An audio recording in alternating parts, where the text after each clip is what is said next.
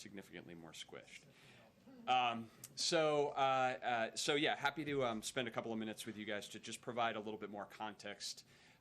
You all heard the president discussing the employment report that we got today, so I just wanted to provide a little bit of additional context on how we are looking at that data in the context of what we've seen over the course of the last couple of weeks and the last week in particular. So obviously a strong and encouraging jobs report today, 850,000 jobs created last month.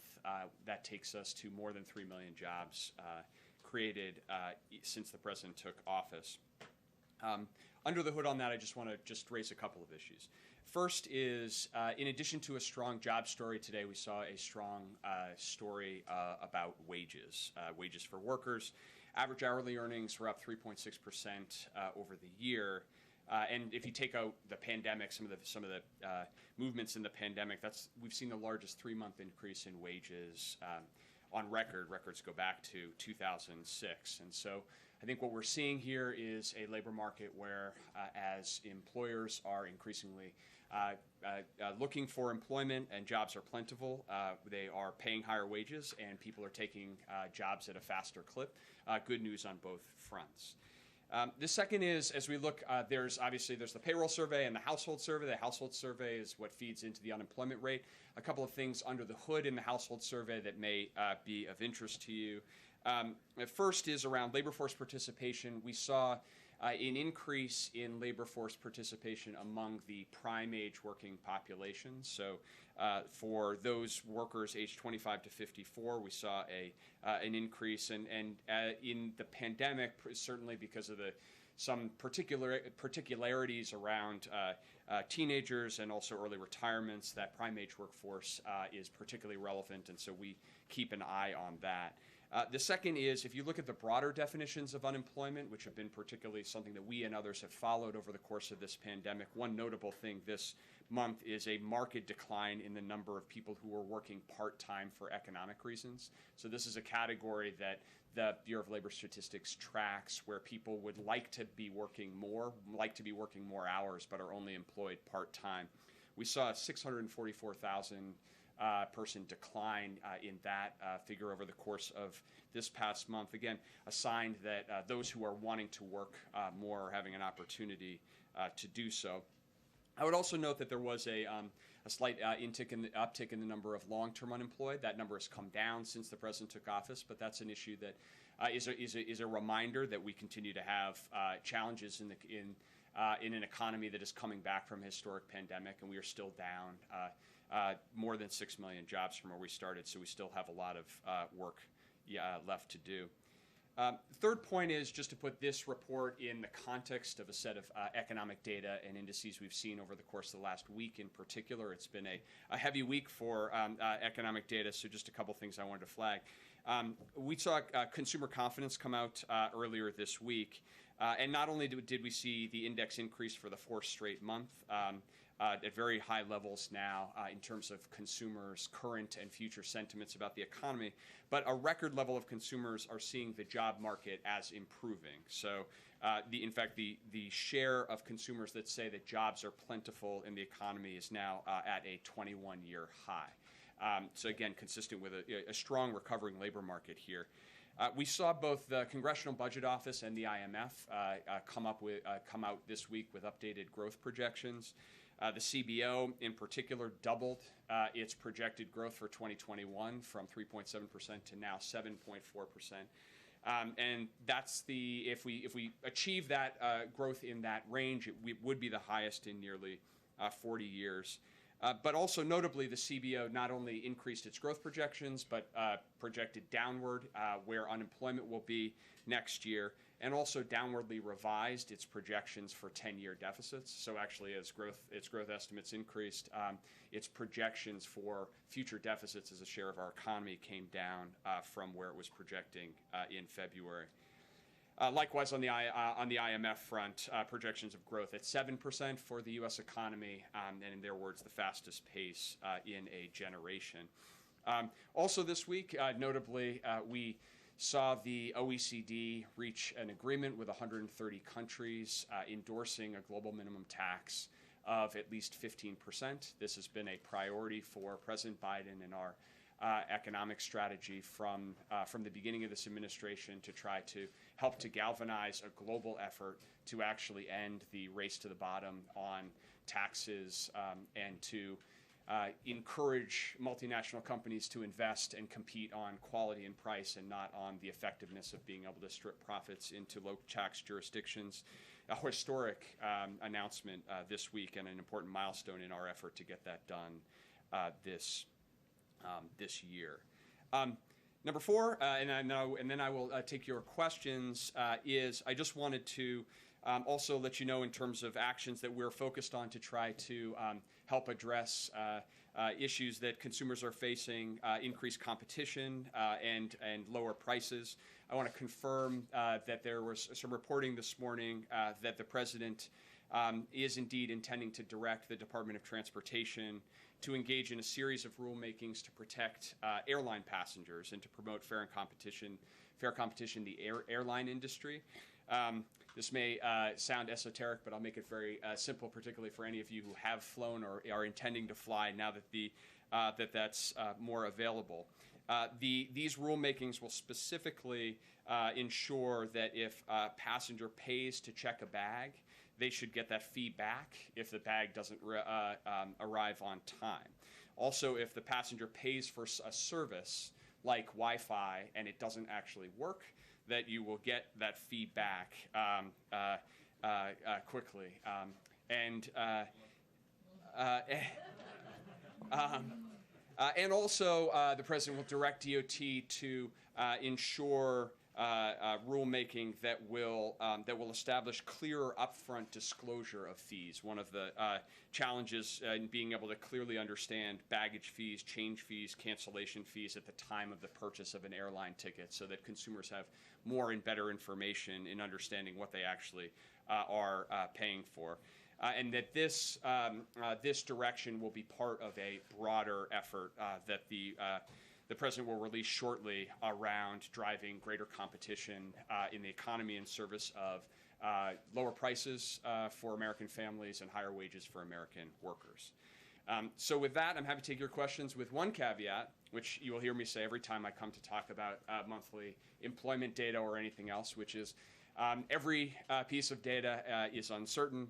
We don't put too much stock in any 1 month's data. We're looking at longer-term trends, and certainly as we assess the trend over the longer term, we feel like we are seeing a strong and accelerating recovery connected to and driven by the President's economic strategy. So, good news on hiring, but we saw an increase in black unemployment. Unemployment for black men is about 10%, almost double what it is for white men. Do you expect to close this gap? Which policies are going to be the most important for getting that? Well, I'm glad you raised the issue, and certainly it underscores why it's so important to not let up on the strategy that we've been putting in place to drive a strong recovery as fast as we can to get to full employment. One of the things that we know is that one of the most powerful ways of actually addressing disparities within the labor market, and particularly the persistent gap between unemployment rates for whites and people of color, is to have a strong economy that is operating at full employment, where employers are seeking to have a wider scope, and people who want to enter the labor force, want to find jobs, have more options and have more leverage and have more power in the labor market. So you've heard the President talk about this. He went to Cleveland and laid this out in a speech, that an explicit part of his strategy is to have policies in place to get us to full employment as quickly as possible. I would note to your question about the most important policies. The American Rescue Plan was unique across the world in terms of fiscal responses to this pandemic crisis. The United States stepping in and having a more aggressive fiscal response than almost any country in the world. And what you've seen as a result is that most independent projections pulled forward by a year or more their projection of when we will get to that full employment. But as we assess what it means to get to a full employment economy, we believe it's critical to look at that from an inclusive perspective and not just look at the headline unemployment rate and recognize that these persistent barriers that have driven those divergences in employment outcomes need to be at the center of what we're trying to address and part of what we want this economic recovery to achieve. Yeah, Brian, I wanted to ask you about the OECD tax agreement. Are you concerned at all that that could get held up, that the U.S. could have trouble enacting its part of that? And also, there were several countries that are in the European Union that didn't sign on. Is that going to be a stumbling block to actually make it happen? So we see the announcement today, or this week, as both a historic milestone and really important momentum to actually achieving both of the elements that you said.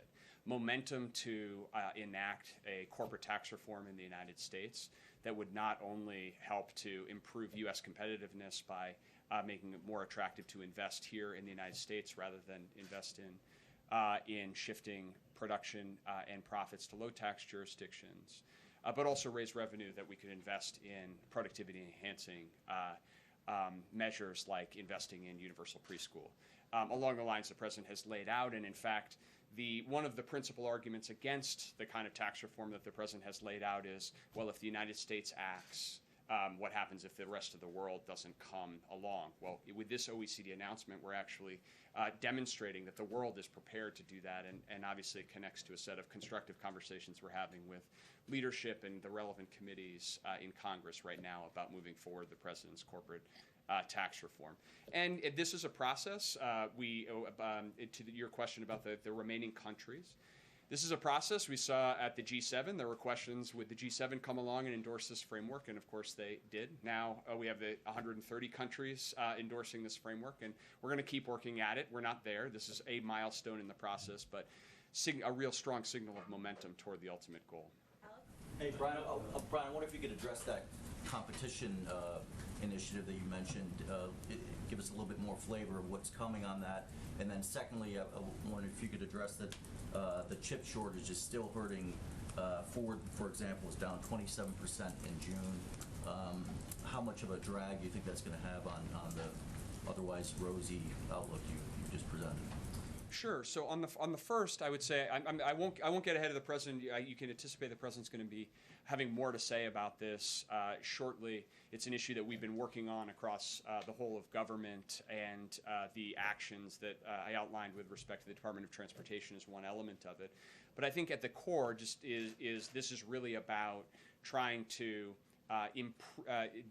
recognize that actually having more competition and more competitive markets is actually key to driving strong, durable, shared economic growth. And in particular, we've seen increasing evidence that the lack of competition in a variety of markets can actually reduce choices and increase prices for consumers, for small businesses, and actually also hurt wages and wage growth for workers in the labor market. And so we're looking at an effort across the government, looking at the different antitrust statutes and the different measures that agencies can take to try to improve competition and actually improve the opportunities for businesses to compete fairly without being impeded as well. So we'll have more to say about that, but that's the basic contours of it. Chips. Yeah. So look, this has been an issue that we've been focused on for some time. It was the focus of the President's 100-day supply chain review, and we've been in constant and close contact with the auto manufacturers, consumer electronics producers, and also then the chip manufacturers themselves. I would say in the short term, I think we're hearing signs of there's some improvement in the challenges. I think the second quarter clearly was a point where you saw that impacting both on the production side and the employment side. At least the indications we're hearing from industry participants is that you should expect some improvement sequentially over the second half of this year. From our perspective on the policy side, it's why we're incredibly focused. You've seen the President laser focused on trying to move and enact his proposal for $50 billion to invest in semiconductor production, manufacturing, and resilience here in the United States. That's the long-term answer to this issue. And that's passed through the Senate. We're now working with the House to try to advance that legislation as well, and we look forward to getting that to the President's desk as soon as possible. Morning. Oh, sorry, Jeff. Sorry, go ahead. Just to go back to full employment, what are the metrics that the administration will look to determine when the U.S. has reached full employment? And then on manufacturing, why are manufacturing jobs lagging so much, up only 15,000 in June and still 480,000 below pre-pandemic levels? Well, I'll take the second half of your question first, and obviously we can have a glass, and maybe it's half full, maybe it's half empty. But I would say sequentially, what we've seen is progress in the manufacturing sector, both in terms of employment and production, and it's important to remember, where we're coming from. We had a pandemic and a historic economic crisis that cratered production and has created huge supply chain challenges and bottlenecks over the course of the economy. But I think what we're seeing now is demand has come back faster than anticipated, in large part because of the success of the vaccination effort and the historic fiscal response that the United States has taken. And you're seeing manufacturers respond, and certainly there's going to be some short-term issues to work through. But I think part of the job growth that we saw in June is reflective of the sector's ability to start coming back here. And the first half of your on full employment.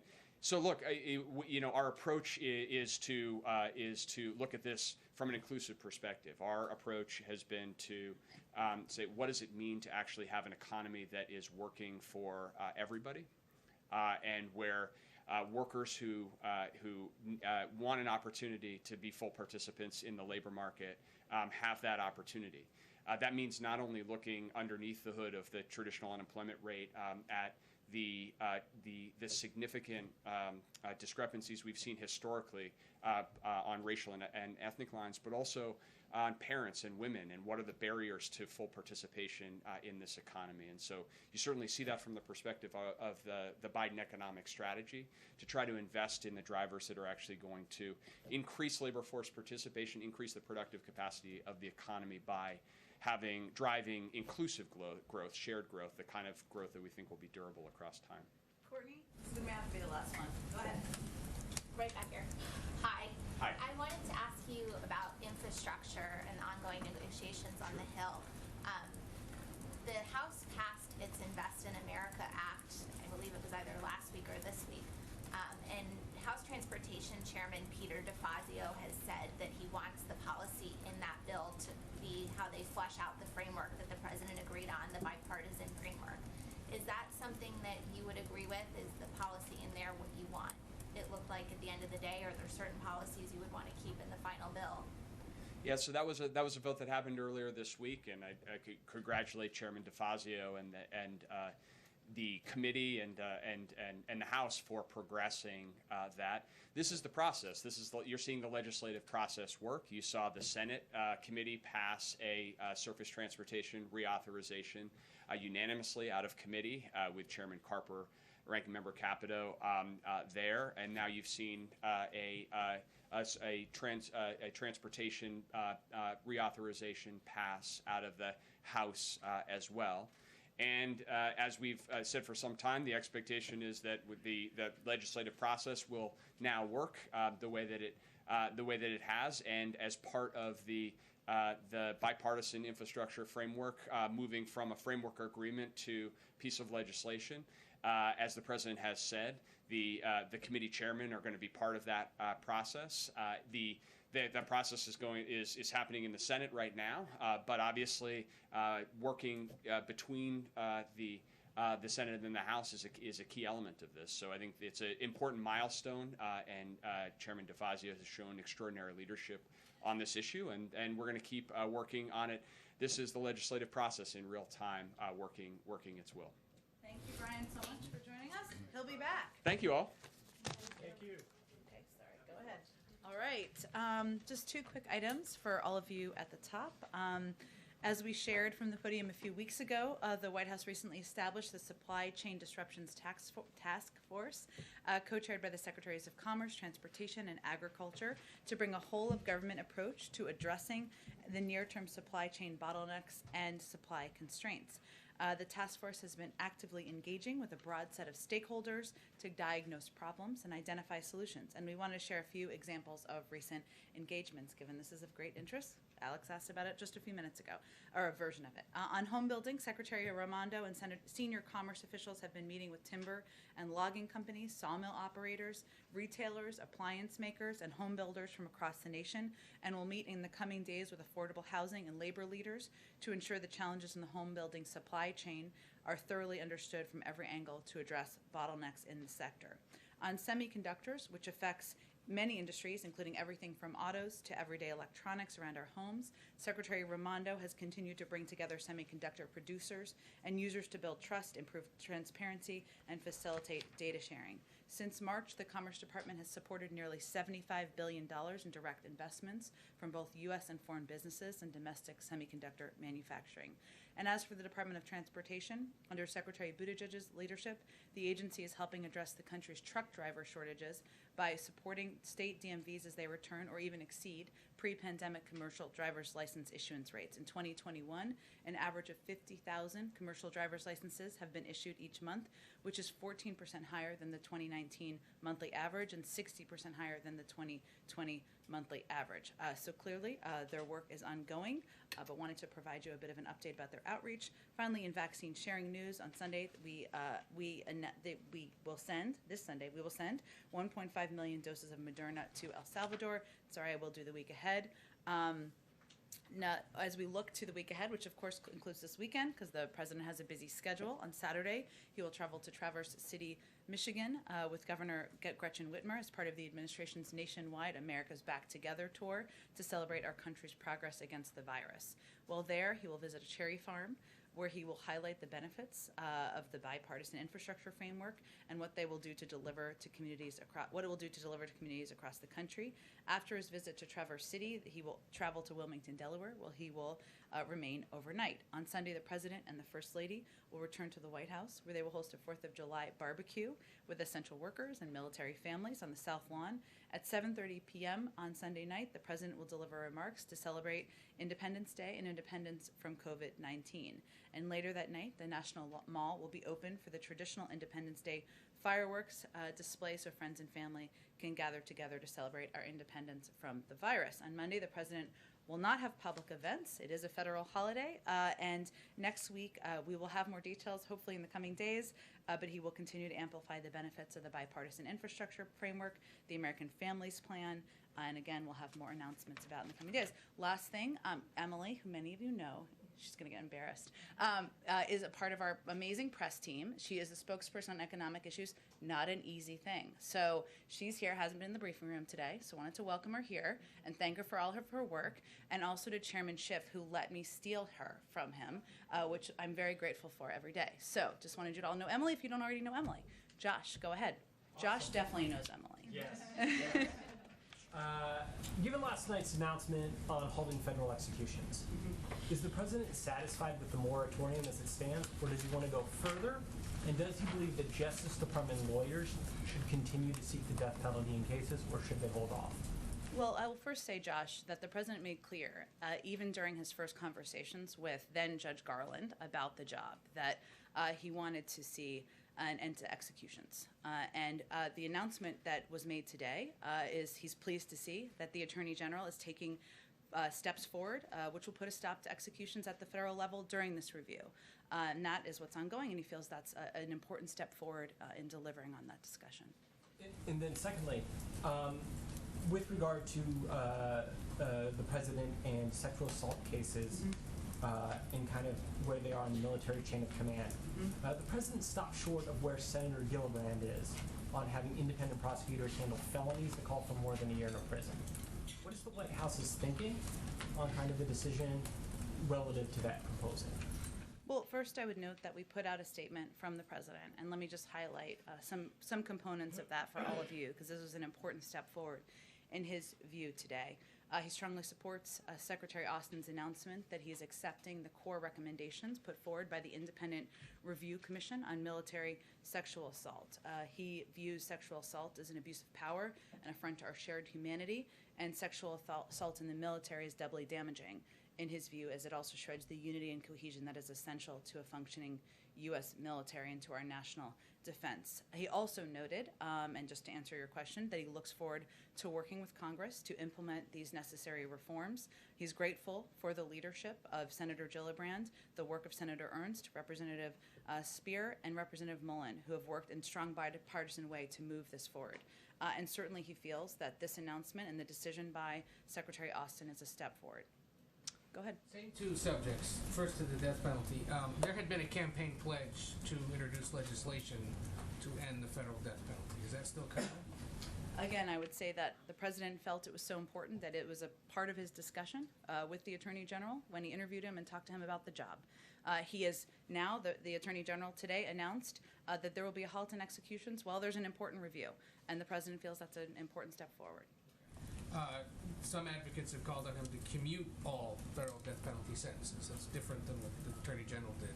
Has there been any discussion of doing that? There's a review that was just announced. I don't expect that we would speak to that while it's ongoing. And then on the sexual assault report, it found in part, I'm just going to quote here, a wide chasm between what senior leaders believe is happening under their commands and what junior enlisted service members actually experience. As a result, trust has been broken between commanders and the service members. It's a scathing vote of no confidence on the predominantly male military leadership.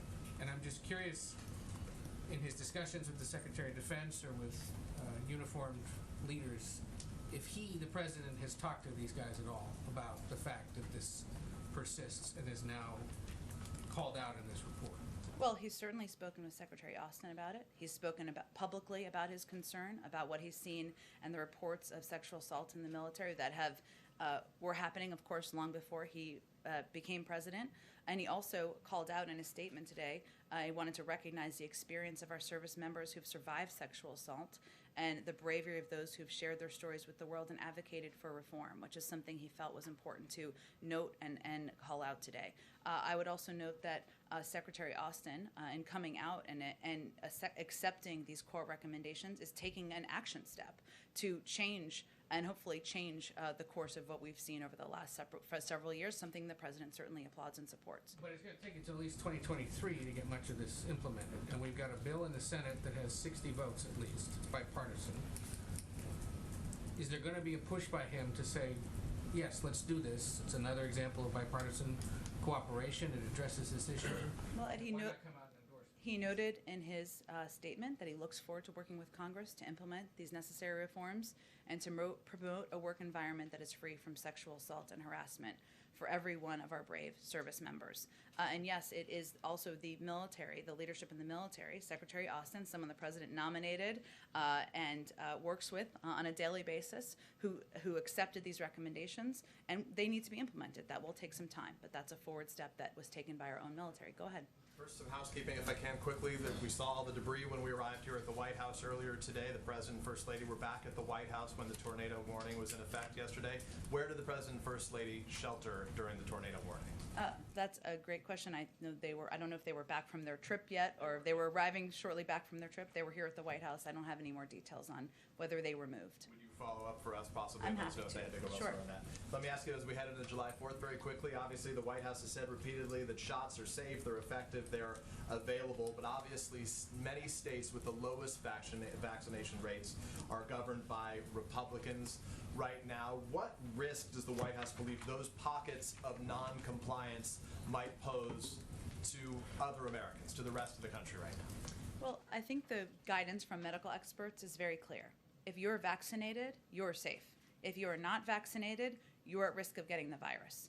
And the Delta variant, the transmissibility of it, which we've seen from medical experts who have made clear that it is far more transmissible, it can be deadly, it can make people incredibly sick, is just a reminder of what risks people are putting on themselves if they don't get vaccinated. And then, so for clarity though, what risks, to my question, what risk do you think those pockets of non-compliance pose, not just to themselves, but to the rest of the I country? wouldn't look at it as pockets, Peter. I would look at it as individuals in those pockets who are not vaccinated are certainly at a significant risk given the transmissibility of the Delta variant. But you don't think that risk is larger than those individuals in If those areas? individuals are vaccinated in those areas, then they are protected. We have also had some news this morning about the effectiveness of J&J, but also we know that Moderna and Pfizer are effective in fighting and protecting individuals from the Delta variant. I'd also note that we announced just yesterday our plans for a surge team, largely in response to the rise of the Delta variant across the country that will include the physical deployment of personnel, virtual assistance, direct sharing of resources.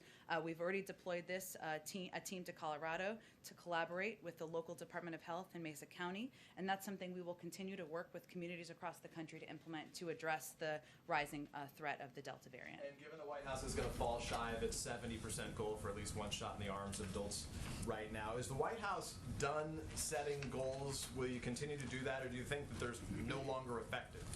Well, first, that's one way of describing it. Another way of describing it is that we are on track once the data comes in to report that 70% of adults 27 and older have received at least one dose of the vaccine. That's a significant step forward, something we're incredibly proud of. It's a reflection of the leadership of the president, of the organizational expertise of the team he's hired, and that's an enormous step forward. That's also why deaths and hospitalizations have fallen by more than 90% since January. We feel it's important to set bold, ambitious goals. Even though we are on track to reach that goal for individuals 27 and up, our job is not done. The work continues even on July 5th. On COVID, will we set a new goal? Is there a new goal that you're targeting? I have no new goal to set today, but again, we feel that it's important to set bold and ambitious markers and hold ourselves to account.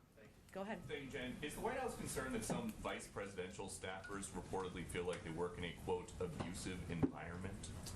Well, I would first note that I try not to speak to or engage on anonymous reports or anonymous sources. I will say that the Vice President is an incredibly important partner to the President of the United States. She has a challenging job, a hard job, and she has a great supportive team of people around her. But other than that, I'm not going to have any more comments on those reports. Okay, hoping to clarify the administration's position here on defunding the police. You say the president does not want to defund the police. Is the president concerned then that last year the now Associate Attorney General Vanita Gupta said it was, quote, critical for state and local leaders to heed calls from Black Lives Matter and Movement for Black Lives activists to decrease police budgets? Well, let me first say that as a Fox News report that came about in February quoted, quote, current and former police chiefs in more than 53 cities across the country, as well as the National Fraternal Order of Police, are issuing their support of the nomination of Vanita Gupta, President Biden's nominee for Associate Attorney General, praising her leadership and record and urging the Senate Judiciary Committee to quickly confirm her to the post. I don't know that that was your report or not, but it was certainly one from your network. But she said, okay, so that's the Fox report. Thank Yeah. you.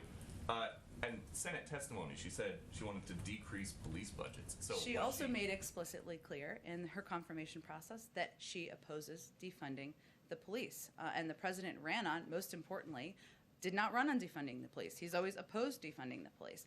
I'll also note, because you've asked this question before or a few times over the last several days, that when we talk about individuals in Congress and their support for funding or opposition to funding for the police, I think what the American people are most focused on is how people vote, what their record is, which is a public record. And I will note that while the president ran on and won the most votes of any candidate in history in a platform of boosting funding for law enforcement after Republicans spent decades trying to cut the COPS program, which again is public record. We don't need to undervalue the intelligence of the American people.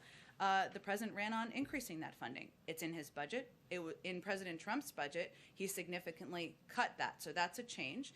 And the American Rescue Plan had a great deal of funding for local and state authorities, something that can support funding for local police in communities across the country, something many have used. It doesn't require me telling you names of individuals who opposed the American Rescue Plan. Every Republican opposed the American Rescue Plan, and I don't have time to read out all their names today. Okay, on another subject, the official White House account tweeted yesterday the cost of a 4th of July cookout is down 16 cents from last year. 16 cents. cents? There has been a reduction in some of the costs of key components of the 4th of July barbecue. That was what the tweet was noting. So does the White House think that 16 cents off a barbecue has more of an impact on people's lives than gas being $1 more this time, this 4th of I would July say versus if last you year? don't like hot dogs, you may not care of the reduction of costs. Can't- You don't have to like hot dogs. You can't buy a But hot dog for 16 a cents. reduction That's of, like a bite I of a will hot say dog. that what we are most focused on is the fact that we've created now more than 3 million jobs since the president took office. That's what we're focused on, and continuing to implement additional components of his economic Build Back Better agenda. Go ahead, Andrea. Just gonna switch gears completely. Great. Hot dogs. So the president of Belarus has shut the border to Ukraine. You've expressed concern about this, called to travel. Can you give us an update on what's happening there and what your reaction is to that? I mean, is it time to take more serious action? As you know, we have put in place a number of sanctions over the past several weeks in coordination with our European partners. I had not seen that report before I came out here. I will talk with our national security team and see if there's any additional actions or calls that are happening today. Okay. And then on the international front, these OECD talks are now going to be heading into the G20 meeting that's coming up. The Treasury Secretary will be going. Can you just, from where you sit, sort of say what your primary goal is for this upcoming G20 meeting on the finance officials, and what your sort of, what the president is saying to the Treasury Secretary about what he'd like to see get done? Well, I would say, obviously, the Treasury team and the Treasury Secretary will preview what the focus of their trip is. As you know, and as you asked my colleague Brian Deese about, certainly a component of that will be about the global minimum tax and moving that across the finish line. I will note, and he touched on this a bit, but we are quite encouraged, and it is a positive sign in our view, that there are 130 countries representing more than 90% of global GDP who have come together to support the Biden administration plan for a strong global minimum tax. And of course, there's more work to be done, but that will be certainly a focus. But otherwise, I would defer to the Treasury Department on previewing the Secretary's trip. And the president is going to be speaking later on today to the National Education Association. What is his primary concern? And we've talked a lot in here about critical race theory. Is this something that he's going to bring up in terms of the teaching of American history? Well, I would say first he's married to a teacher, and a longtime teacher, still a teacher, and so certainly educators and making sure he is communicating and conveying his commitment to the education system and the role of educators in the country is always going to be close to his heart. I will certainly expect that he will talk a bit about his plans and initiatives, whether it's the American Jobs Plan or the components of the American Families Plan, which will be critical to communities, to school communities across the country. But I think that would be the focus of his remarks. Go ahead. On Afghanistan, the president said earlier he does not think the drawdown will be done in a few days. The Pentagon has said it's ahead of schedule, the September 11th date. So what is the latest date that the White House is looking at right now? Well, we currently expect it to be completed by the end of August. So, as you know, the president decided to withdraw remaining U.S. troops from Afghanistan and finally end the U.S. war there after 20 years. I know there's been some reporting about Bagram, which I expect it may already be out. There'll be a statement from the Secretary of Defense on that sometime today. But in terms of the timeline, we currently expect it to be completed by the end of August. Okay, and when it comes to the translators that have applied, not just translators, drivers, engineers, people who have really put their lives on the line for the U.S. that are waiting on these applications, is it true that the administration is considering housing them in Central Asia, several countries in Central Asia, while they wait for those applications to either be accepted or denied? There have been some reports about conversations. I'm not here to confirm any conversations. What I can tell you is we've identified a group of SIV applicants who have served as interpreters, translators, as well as other at-risk categories. They will be relocated to a location outside of Afghanistan. There are a range of options, but that will happen before we complete our military drawdown by the end of August. In order to complete their visa application process from there. In terms of locations or numbers, I'm just not going to be able to get into those specifics for security reasons. But you will eventually. And can you explain why the president was citing the July 4th weekend when he was being asked questions about Afghanistan as to why he did not want to answer further questions on that matter? I think what he was trying to convey to all of you is that he is heading into July 4th weekend, a weekend for family, a weekend to celebrate America, and that he was ready to be done answering questions. It wasn't related to Afghanistan. Go ahead. Following up there, one of the questions that you sort of punted on was that the fighting is getting closer and closer to Kabul.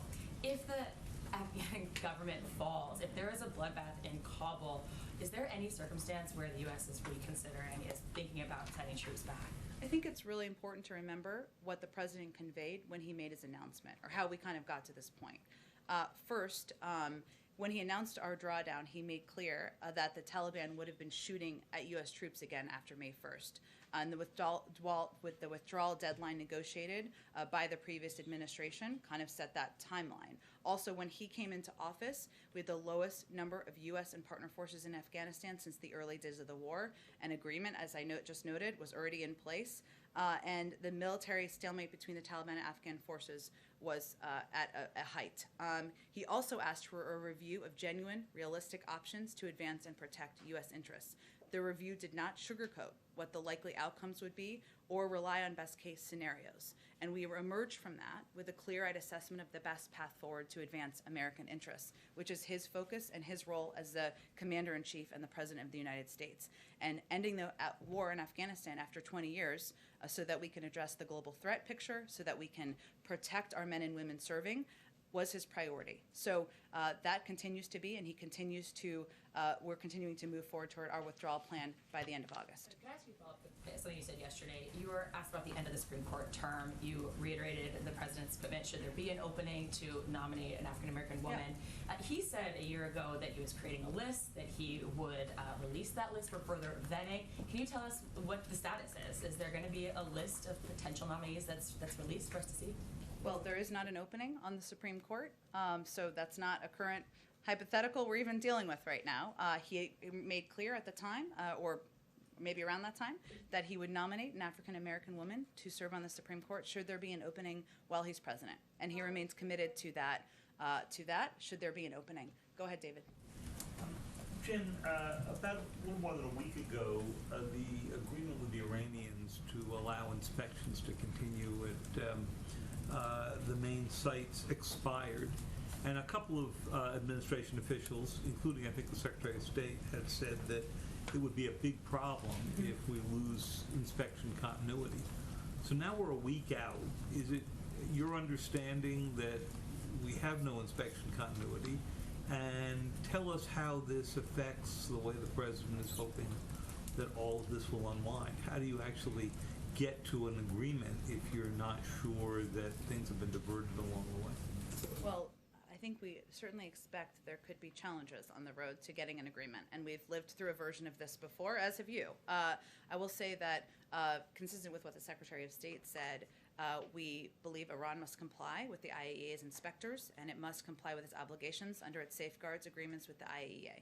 We're working with allies and partners to reinforce broad support for the IAEA and the Director General as he and his team carry out their important work. And certainly our message has been from the beginning, but I will reiterate that one of the reasons to move forward and to continue to pursue a diplomatic agreement, to re-engage with our partners, P5+1 partners, and the Iranians, even indirectly, is because we want to have that reliable access and understand and have visibility into what the Iranians are up to and how close they are to acquiring a nuclear weapon. Obviously, we've just concluded the 6th round of talks. Everyone's back at their capitals. I don't have anything to preview for you in terms of a next round, but that certainly is our hope in terms of a next step. Just following on the question you got before on Afghanistan, when I asked the President during that previous event on the economy about Kabul, he said, we've worked out an over-the-horizon capacity that we can be value-added, but the Afghans are going to have to do it themselves with the Air Force they have. So if we just understand what he said and then your answer before to Caitlin, is he essentially saying if Kabul falls, it is not our primary responsibility at this point? We're happy to go help, but it's completely up to you? He's saying that, as we said in the beginning, he asked for a review and an assessment of what the impact could be of our decision to withdraw troops. We asked them not to sugarcoat that. They didn't. There has been intel assessments that have been out there from our own government. We're certainly aware of those. We have never taken a step back from those, from the podium or from the President of the United States. At the same time, what I think he was conveying during his answer to you, David, is that we will also continue to work collaboratively, as we always have, with a range of countries that share our interest in countering the reemergence of a serious external plotting capability emanating from Afghanistan, should that emerge. We will maintain over-the-horizon capacity, and that is something that will continue, as well as our security assistance to the Afghan National Security Forces. But they will be in the lead, as has always been the plan when we withdraw our troops. Go ahead. Thanks, Jen. Sha'Carri Richardson, the U.S. track star, has been suspended following a positive test for marijuana use. Does the president support that penalty, or does he want to see her be able to represent the United States fully at the Olympic Games this summer?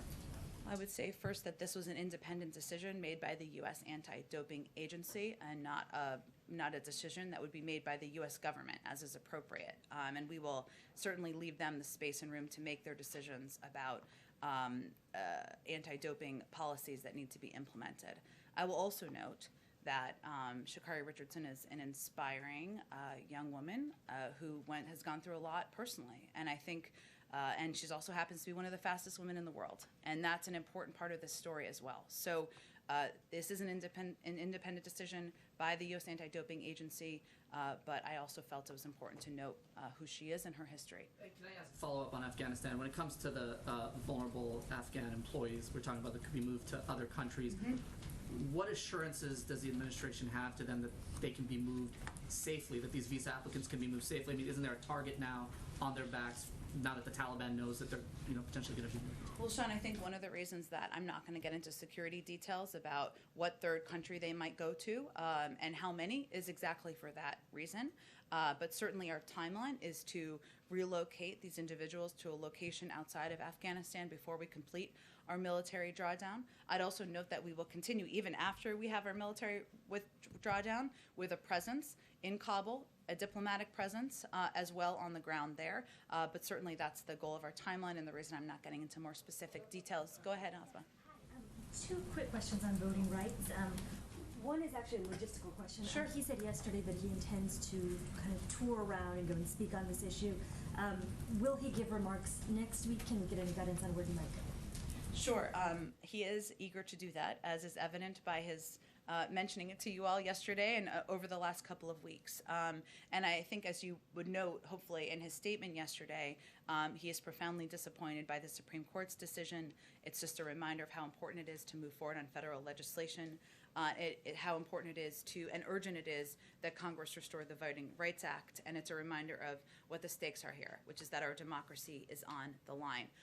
We, as I noted in the beginning, we are still working out and finalizing details for next week, so I just don't have anything to preview in terms of travel or the focus of his travel at this point in time. Another related question, which was actually on the remarks he gave yesterday about the Arizona voting decision. I just wanted to clarify something. So I'm going to quote, he said, "It is mildly positive in the sense that there's a remedy available based on the particular voting decision." And candid, I was just confused what he was talking about with mildly positive.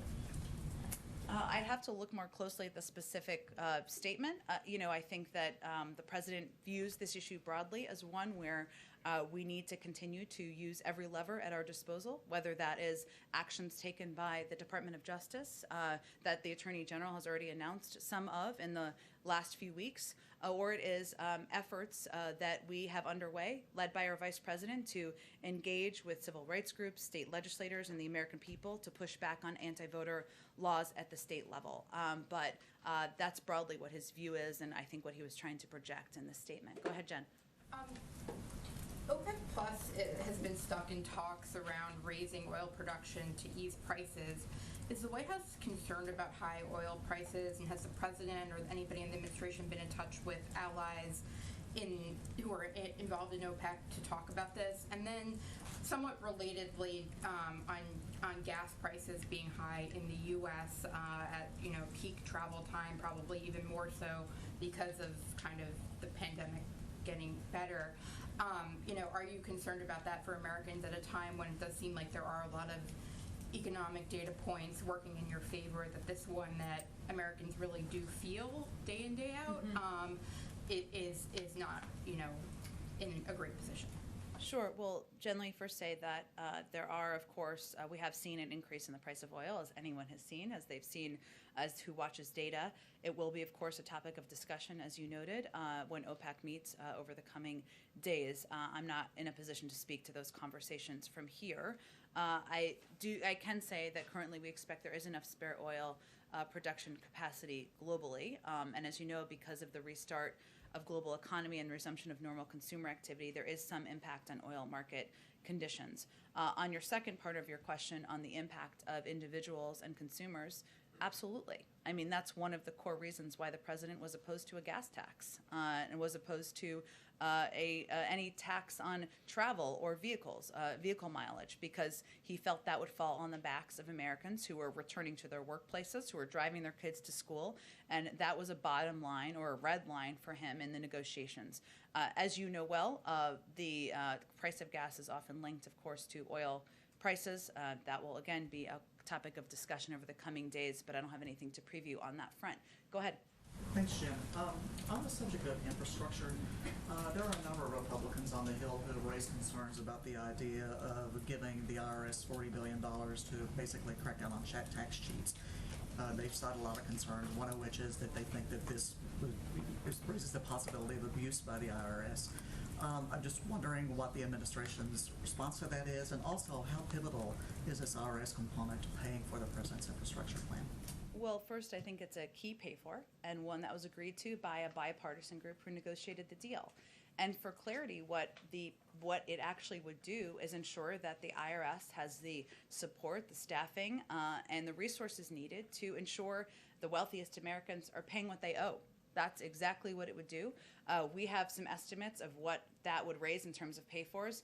Those are actually quite conservative when you look at what many economists suggest across the board, but it is a paid-for that was agreed to, and one that does not violate what was a red line for many Republicans, which was in these bipartisan negotiations doing anything to change the 2017 tax law.